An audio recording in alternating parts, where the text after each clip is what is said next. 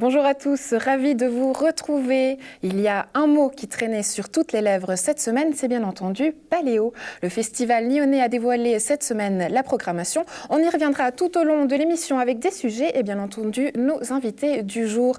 Patrick du groupe Roosevelt, bienvenue. Bonjour Andrea, merci. Merci d'être là. Et Romain Gomis, programmateur de la scène suisse. Bienvenue à vous également. Salut. Salut. Ça va mieux. Allez, salut, c'est la fête, c'est le festival, c'est Paléo, c'est ça. Il fera chaud pour cette édition, pour cette 42e édition. Du 18 au 23 juillet, la Plaine de Las vibrera au son de plusieurs artistes. On en parle avec les programmateurs. Il fera chaud, même très chaud, lors de la 42e édition du Paléo. Le festival lyonnais décapsulait mardi les noms des artistes qui se produiront sur la plaine de Las du 18 au 23 juillet. Un moment qui a soulagé les programmateurs. Je peux arrêter de garder ce secret pour moi. Ça fait quand même depuis plusieurs mois qu'on confine cette programmation. On ne sait plus si ça va, si c'est bien, si c'est pas bien, si ça va plaire. Et là, c'est bon, on peut en parler. Alors justement, parlons-en. Au menu, Justice, Macklemore et Ryan Lewis, Jamiroquai et le gros coup de cette année, les Red Hot Chili Peppers. La programmation est pimentée cette année, c'est vrai. Le défi chaque année, c'est les têtes d'affiche quand même, parce que le marché est hautement concurrentiel au niveau international.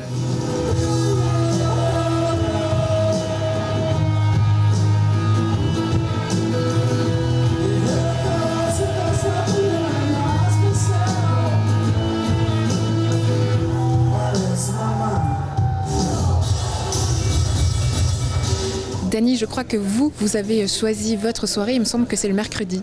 Oui, tout à fait. Mercredi avec Arcade Fire, Pixies et Midnight Oil, 3 groupes légendaires. Moi, je vais y aller tous les soirs.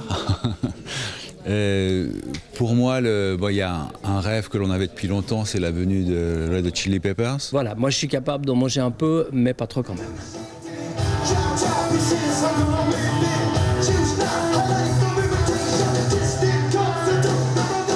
Comme festival indépendant, sans soutien international d'une grosse boîte, c'est quand même exceptionnel. Ce groupe nous paraissait un peu inaccessible parce qu'ils jouaient dans les stades et là ils ont décidé de faire quelques dates dans les festivals, donc d'adapter leur technique au festival, de jouer sur notre propre scène avec notre matériel, ce qui rend le concert possible. Le manager qui était à Paléo l'année passée, je lui ai montré le festival, ben voilà, on fait de la pub pour nous et puis ça a marché dans le cas des Red Hot, il faut y croire. Du côté des artistes, ou plutôt des amis du Paléo, on nomme Manu Chao ou Renaud, qui revient pour la 6e fois au festival. Là, il revient un peu cabossé par la vie, mais il garde une cote d'amour complètement intacte. Et je suis sûr que le public va être très chaleureux avec lui ce soir-là. Je pense que ça va être un moment assez touchant.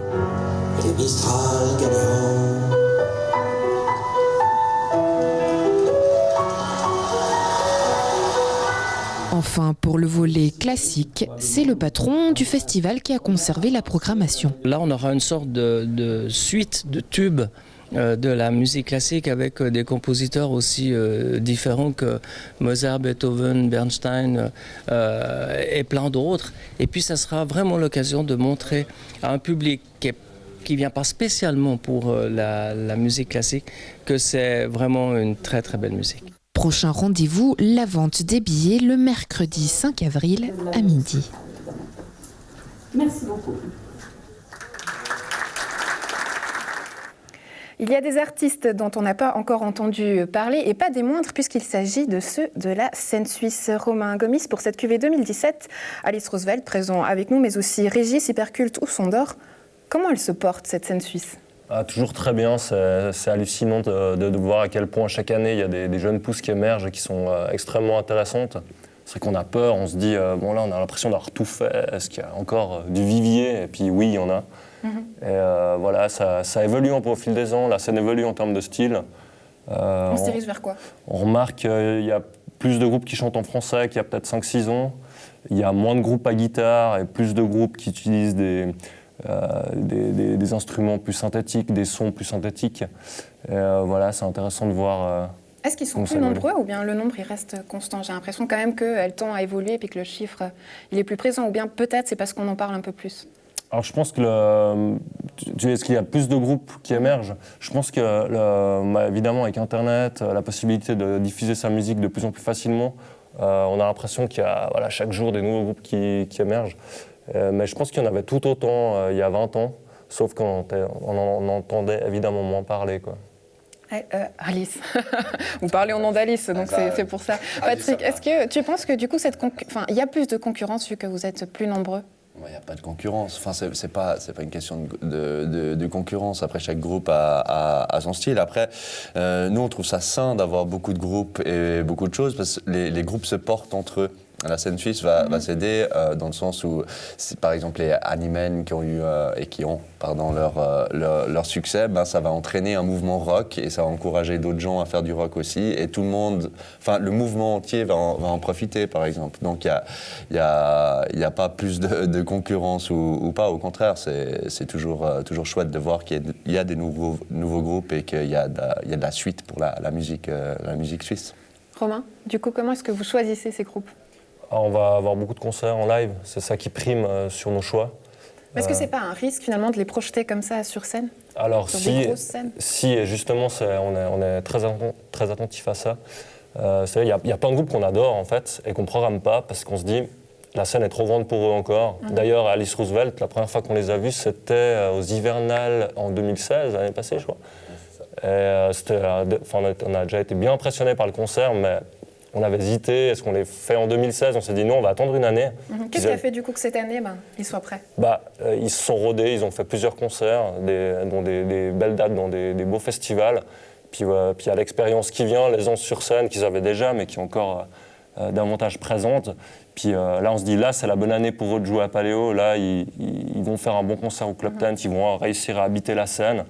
Et pour eux, ce sera d'autant plus bénéfique d'avoir attendu ce moment plutôt que de les avoir fait un peu à la va-vite l'année dernière. Concordé ? Ah oui, mais oui. Dans le sens, évidemment, que sur le coup, on se dit « Ah non, c'est dommage, on a raté le Paléo, par exemple, pour l'année passée, si on parlait de cet exemple. » Mais je pense qu'ils savent ce qu'ils font et que c'est une bonne chose dans le sens où on est certainement plus content et effectivement plus prêt à pouvoir jouer cette année que de l'avoir fait l'année passée et peut-être d'avoir pas raté sa chance, mais pas été dans le bon mouvement de nouveau avec le groupe au niveau de la préparation. On reviendra vers vous tout à l'heure parce que j'ai une petite surprise pour vous, vous allez voir. Et c'est en images, on est allé à la rencontre d'un disquaire et d'un dessinateur de BD qui nous parle de cette programmation. Regardez.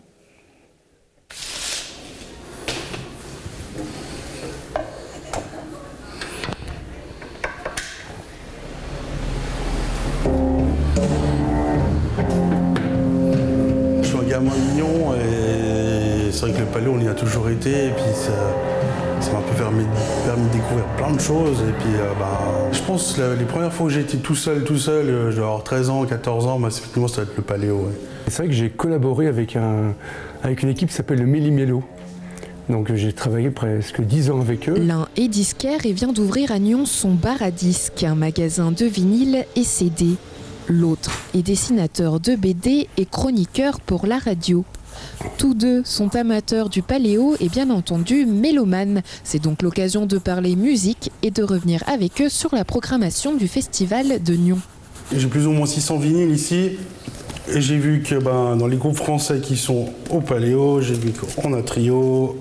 Je suis super content parce qu'en même temps il y a des artistes que je connais. Donc justement Jérémy Kissing, je suis super content qu'il fasse le Paléo. On a toujours Renaud qui vient, on pourrait dire même pas mort, mais je ne sais même pas s'il est encore vivant, mais c'est très bien. Vous comptez cette année redessiner Renaud au Paléo du coup ? Ah oui, mais bien sûr, en live. C'est vrai que ce sera un grand plaisir de le voir directement sur scène. Et là, je vais pouvoir m'amuser à me plonger dans son univers. Et c'est vrai que quand je vais voir un concert, en fait, je me mets dans ma bulle. C'est-à-dire qu'il peut y avoir 200 000 personnes autour de moi. C'est comme si j'étais seul. Et en fait, je vis complètement l'instant présent. Et je me réjouis en fait de vivre l'instant magique du Paléo avec Renaud. Qu'est-ce que ça évoque chez vous ? Renaud ?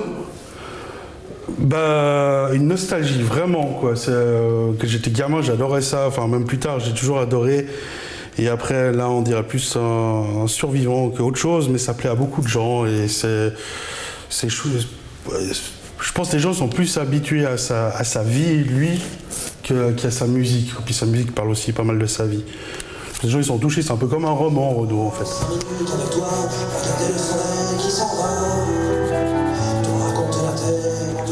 premier dessin que j'ai fait pour Renaud, il est de 2003. Et c'est vrai que c'était une super rencontre, c'était pour son grand retour à la chanson. Il y a des valeurs sûres qui marcheront toujours. Les Red Hot, ils sont toujours là de toute manière, c'est les indispensables. Ouais, ça je pense que je vais y aller, ouais, carrément, carrément. Ouais, je les ai jamais vus et puis c'est des super musiciens, quoi, ça cartonne, quoi, ça cartonne. Ce qui est bien, c'est leur bassiste qui est complètement malade, quoi. Je pense qu'il y a peu de bassistes qui jouent comme lui, quoi. Ça c'est déjà un truc, quoi. Après ils ont une façon de jouer, des fois c'est funky, rock et tout ça. Ouais, ils sont vraiment excellents, très, très hétéroclites, ils sont très excellents. Alors Vianney, j'aime bien la chanson française. Et c'est vrai qu'il a créé un univers comme Julien Doré. Chacun a créé son univers. Et c'est vrai que j'aime beaucoup Vianney parce qu'il n'a pas tracé une voie comme certains font dans la chanson française. Après, moi, il y a un groupe suisse que je suis assez fan, c'est l'Orchestre Tout-Puissant de Marcel Duchamp. Je les ai vus plusieurs fois, je me réjouis de les voir. Ça va leur faire énormément de publicité et puis ils vont être appelés. Je pense que de toute façon, les festivals discutent entre eux et tout ça. Puis regardent ce qui fonctionne, ce qui ne fonctionne pas. Et non, franchement, pour les petits groupes, ça doit être un tremplin magnifique, quoi. Et oui, s'il y a bien un mérite qu'on n'enlèvera pas au Paléo, c'est celui de faire découvrir des artistes, plus encore ceux de chez nous. Alice Roosevelt, je me réjouis de les découvrir sur scène, parce qu'en fait, c'est une découverte que je ne connais pas encore en live. Les garçons, on vous y attend. En attendant, admirez le portrait. Le voilà, le portrait Patrick. C'est cadeau. J'espère qu'il vous plaît. Merci beaucoup. Ouais, merci. Ouais. Génial. Plus sérieusement, est-ce que vous êtes d'accord? Est-ce que Paléo peut vous apporter une certaine notoriété?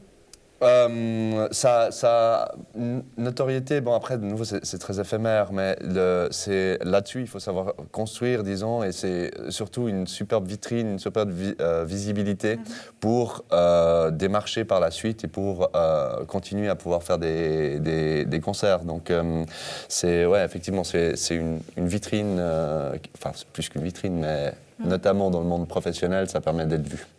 Ça fait une année plus ou moins que vous étiez venu d'ailleurs sur ce plateau pour nous parler.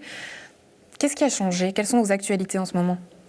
On a un nouvel EP qui est sorti il y a un mois, mais en dehors de ça, on fait toujours la même chose. Dans tous les cas, là par exemple, on a un concert à Crans-Montana prochainement, mais après on va continuer à travailler sur des nouveaux morceaux pour avoir quelques nouvelles chansons à proposer notamment au Paléo. Mais aussi, nous, on essaie de garder un rythme, de composer de la musique tout le temps. Donc, pas grand-chose ne change, disons, de notre point de vue, si ce n'est qu'effectivement, on a la chance de pouvoir faire un festival comme le Paléo et puis les choses avancent pour nous, comme on dit. Romain, est-ce que c'est indispensable qu'un groupe ait sorti un disque pour qu'il puisse jouer au Paléo? Absolument pas. C'est la scène. C'est la scène. C'est vrai que depuis que les groupes jouent au Club Tent et au Nouveau Détour, à l'époque, ils jouaient plutôt sur le Petit Détour, qui faisait 500 personnes, où là, on pouvait vraiment accéder très, très découverte. Et des groupes qui étaient justement peut-être pas encore aussi au point que ceux qu'on programme aujourd'hui pour le Club Tent. Donc là, c'est vrai que les groupes qu'on choisit, la plupart ont déjà sorti un disque ou un EP. Mais c'est vraiment pas un critère. C'est-à-dire que si on flash sur un groupe qui a rien sorti du tout, et qu'on l'adore et qu'on trouve qu'il tient bien la scène, qui propose quelque chose d'artistiquement intéressant, on va le programmer, quoi, sans problème. Patrick, comment est-ce que vous avez réagi, vous et le groupe, quand vous avez appris que vous jouez au Paléo? Honoré, ouais, c'est clair. Vous avez crié, cassé des guitares? Non, on a vieilli, on a perdu genre de folie. Non, et on tient nos guitares.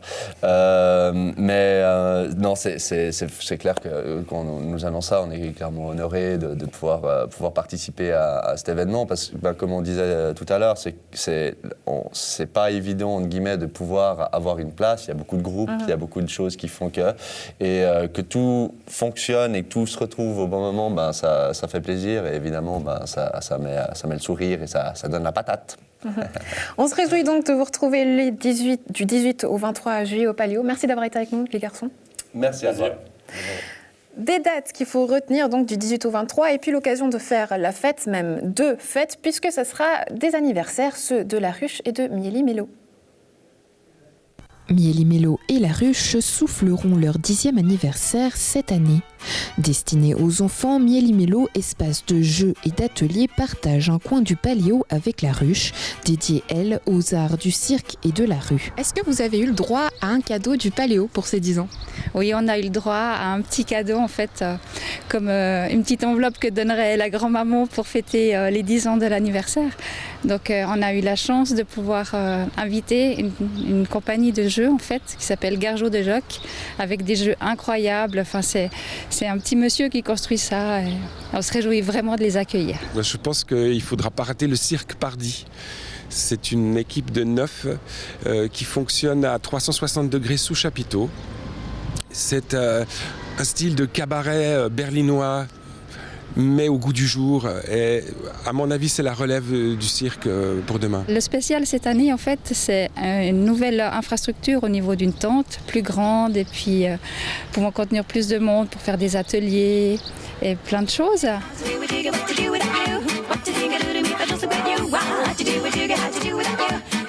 C'est l'occasion de marquer un peu le coup et de se dire que voilà, ça a bien évolué en 10 ans, c'est parti petit et ça s'est agrandi.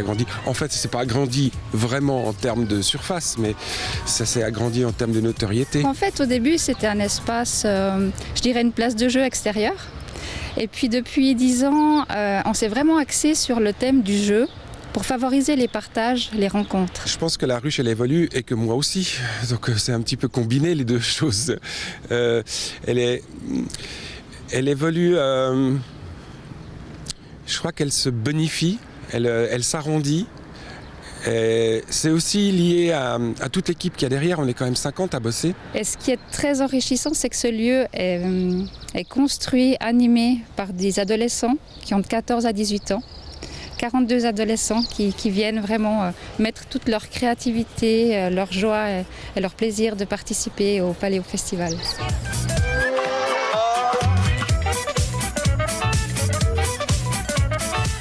Paléo, ça se prépare, tout comme de votre côté. Donc actuellement, qu'est-ce que vous faites? Moi, je vais voir des spectacles, je les vois tous les spectacles que je programme. Et en fait, je regarde ceux qui ont un sens, qui peuvent tenir ensemble. On a déjà eu une séance de préparation avec les jeunes, c'était samedi passé, où on met sur la table, en fait, ils ont carte blanche, vraiment dire voilà, qu'est-ce qu'on a envie de faire, quel thème on choisit, quelles sont la couleur et comment on va accueillir le festivalier, quels sont les jeux qu'on va créer. Les décors se font dans un atelier à Vevey en préparation environ 1 mois et demi avant. Mais déjà là, on implique les bénévoles, on leur demande de venir. Par rapport au décor, est-ce qu'il y aura quelque chose de spécial vu que c'est les 10 ans? Alors c'est la grosse surprise parce que oui, on a tout remis à plat. C'est-à-dire qu'on aime bien fonctionner sur un décor qui évolue sur 2 ou 3 ans. Et cette année, on repart à zéro. Le public se réjouira donc de déballer les cadeaux. D'ici là, patience. On en reparlera avec l'annonce de leur programmation courant mai. On termine l'émission avec des dates, mais toujours en lien avec le Paléo. Du 4 au 18 mai, plus d'une dizaine de photographes exposeront leurs plus belles images du festival à la galerie Images de Marque à Genève. Enfin, si vous voulez retrouver Pal, le dessinateur de BD qu'on a vu tout à l'heure, eh bien rendez-vous à la Fête de l'Esport de Genève le 27 mai ou du 21 au 24 juin au festival Red Peaks de Payerne. On se retrouve la semaine prochaine presque pour de nouvelles aventures culturelles. D'ici là, portez-vous bien.